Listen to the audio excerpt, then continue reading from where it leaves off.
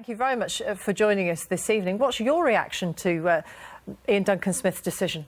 Well, it's a great loss to the government that Iain Duncan Smith has been one of the most important figures over the last 6 years in the coalition and then in the Conservative government, and his reforms to welfare have been some of the best work that the government has done.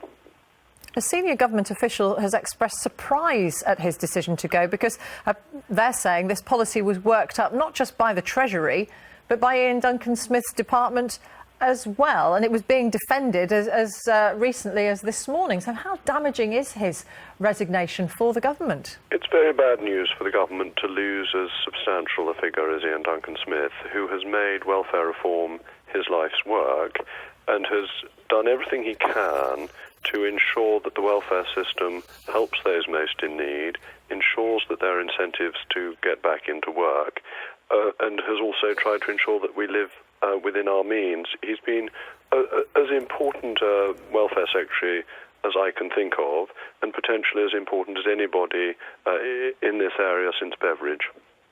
But critics will say that his reforms have been so fundamental and he's presided over such deep cuts that they've pushed people into extraordinary levels of hardship. Why on earth would he be having a fit of conscience now when he's been quite happy to make very deep cuts in the past? Well, I would fundamentally dispute what you have said, that what he has done is to introduce reforms that ensure that work always pays, and to do it in a staggered way that has ensured that it's introduced fairly, considering the individual circumstances people are in, and within disability benefits, to ensure that they go to the right people, the people who are disabled, and to help people who can get into work, and to ensure that everybody is valued within the system and that nobody is sort of left perpetually in the system without any chance to improve their lives.